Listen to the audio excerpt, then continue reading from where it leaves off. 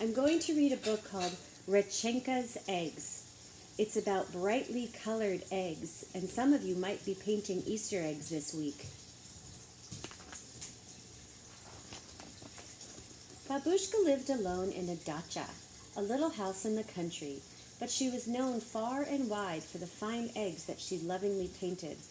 Her eggs were so beautiful that she always won first prize at the Easter festival in Moscow.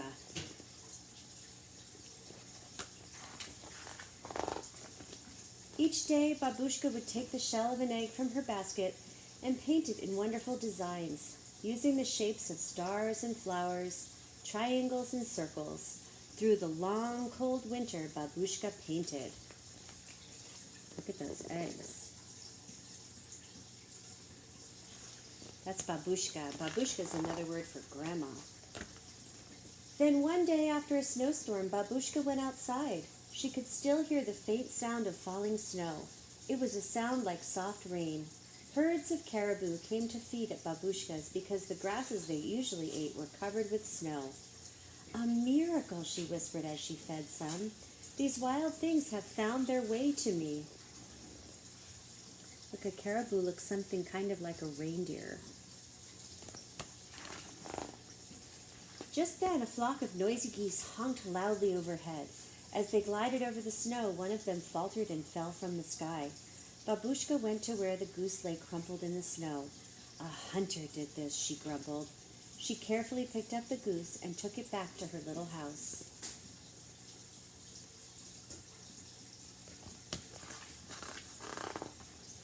There she fed the little goose from her own table and put the goose in her best basket lined with the warmest quilt from her own bed. I shall name you a good name, one that we can both like, she said as she patted the goose's head. How do you like Rechenka? Yes, Rechenka it shall be. With Babushka's care, Rechenka grew stronger as each day passed. To repay her kindness, Rechenka laid an egg for breakfast every morning. Do you see how her wing is wrapped up in a bandage? Babushka has been taking care of her until her wing is better. As Rechenka got better, she waddled around the little house, exploring every nook, cupboard, and corner. One day she jumped on top of Babushka's work table, overturning the jars of bright-colored paint that she used to color the eggs. "Nyet!" Babushka screamed as she chased the goose with a broom. "No!" The frightened goose flapped her wings to get away and knocked over the baskets of eggs that Babushka had so lovingly painted. The eggs crashed onto the floor and shattered into millions of pieces. They were both very sad. There was no reason now for Babushka to go to the festival. I don't think Rechenka meant to do that. The next morning, Babushka slowly got out of bed and trundled over to Rechenka's basket to get her morning egg. But when she reached into the middle of the quilt, she picked out the most brilliantly colored egg she had ever seen. "A miracle," she whispered. "A miracle." Look at that egg. She made small holes at both ends of the egg and blew the yolk and white into a dish to cook and eat later for breakfast. Then she held the egg up to the morning light and marveled at its beauty. After that, every morning for 12 mornings there was another egg, each more beautiful than the one laid the day before. Soon Babushka had enough eggs to take to the festival in Moscow. How wonderful, she thought. A miracle has replaced the eggs that were broken.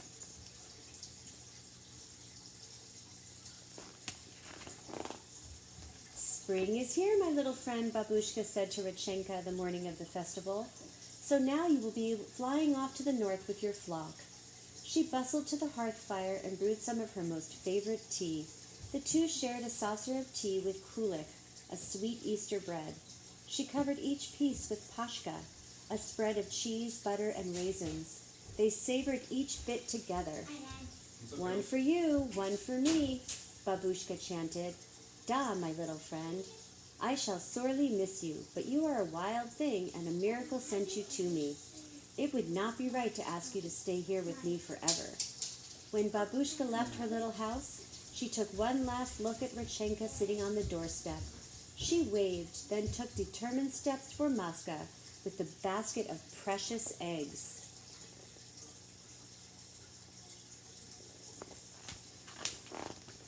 She crossed Lebetov Valley, where the caribou mothers were walking their newborn calves. A miracle, she thought. New little lives. She crossed the bridge over Moskva River, and soon she could see the onion domes of old Moskva. You see the tops of the buildings look like onions. The festival was bright and exciting. There were goat carts selling kulik, processions, dancers, jugglers, and laughing children playing and running. Babushka showed her old friends the eggs. Her eggs are the most beautiful in all of Russia, they thought.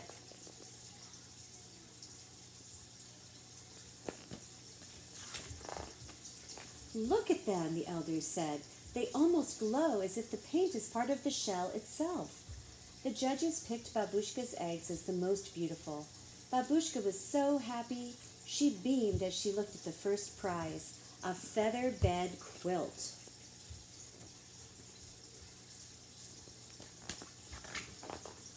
As Babushka made her way homeward, a honking flock of geese flew overhead.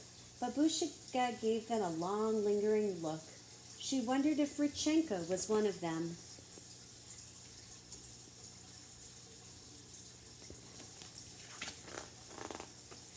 When Babushka arrived at home that evening, Rechenka was gone.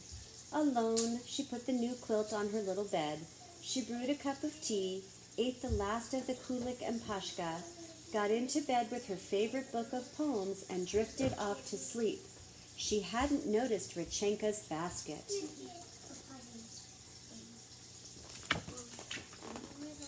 But that night, Babushka was awakened from a sound sleep by an ever so small sound.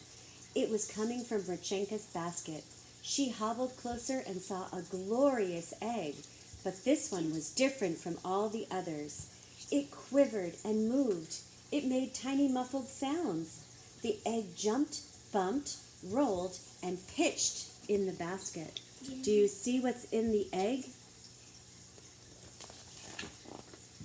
Then there was a crack, and Babushka could see the very special gift that Rechenka had left for her. All a miracle, Babushka said, and this little goose remained with Babushka always.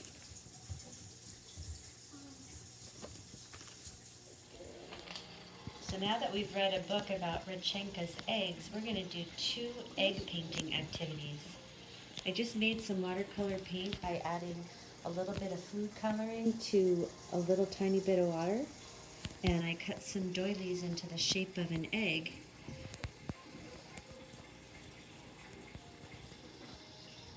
But you could use regular paper too, or you could even paint on paper towels and then cut it into the shape of an egg. So I put out some blue, some red, and some yellow. Because if you mix blue and red together, you get what? What do you get when you mix blue and red together? Purple. Yep. What do you get when you mix blue and yellow together? Orange. No. You get Green. green. And what happens if you mix yellow and red together?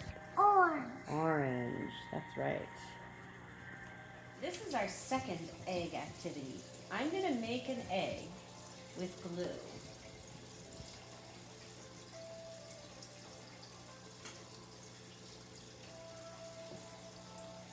And because it's going to be an Easter egg, it's going to have some decoration on it.